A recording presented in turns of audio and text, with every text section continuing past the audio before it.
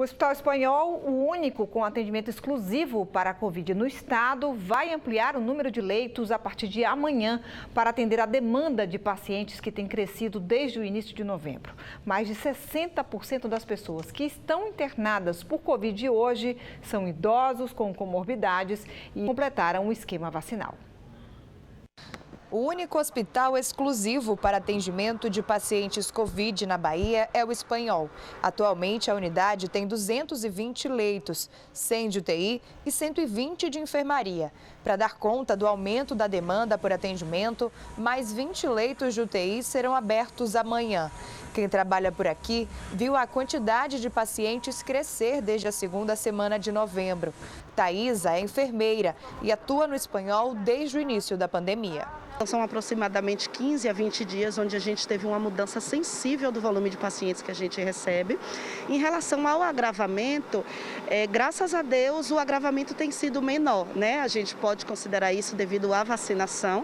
Então esses pacientes, eles chegam menos graves para nós, acredito bastante, né? Tenho a certeza, na verdade, que seja por conta da vacinação. Atualmente são quase 7 mil casos ativos da Covid na Bahia e são cerca de 235 internados.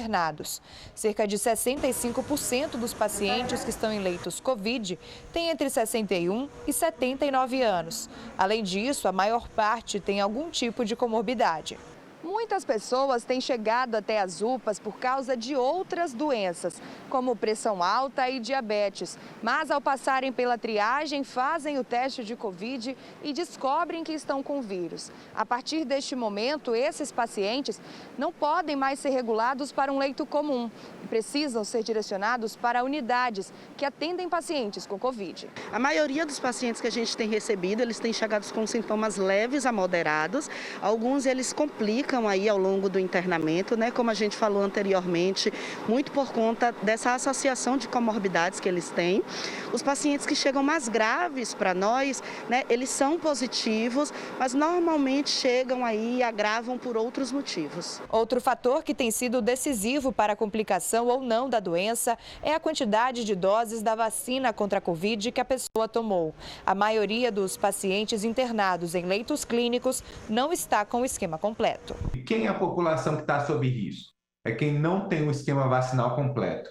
A gente tem uma proporção muito grande de pessoas até 39 anos que não receberam a primeira dose de reforço e temos uma proporção muito grande também de pessoas acima de 40 anos que não receberam a segunda dose de reforço. Quando a gente observa os dados de internação hospitalar, o público que é mais afetado são pessoas acima de 60, 70 anos, sem o seu esquema vacinal completo, e as crianças que ainda não tiveram acesso à vacinação.